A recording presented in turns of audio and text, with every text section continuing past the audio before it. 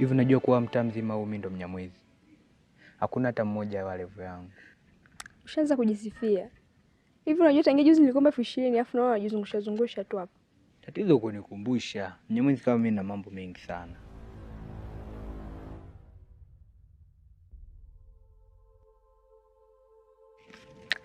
Ndio maana nakupendaga. Yaani hapo ndo wewe unaniuzi. Kiela kama hicho nafurahia. Wewe niombe milioni. Mimi unanipa hasira kutafuta pesa. Haya sawa. Ngoja nipeleke mapema maana leo watu wa vikoba wangeniua.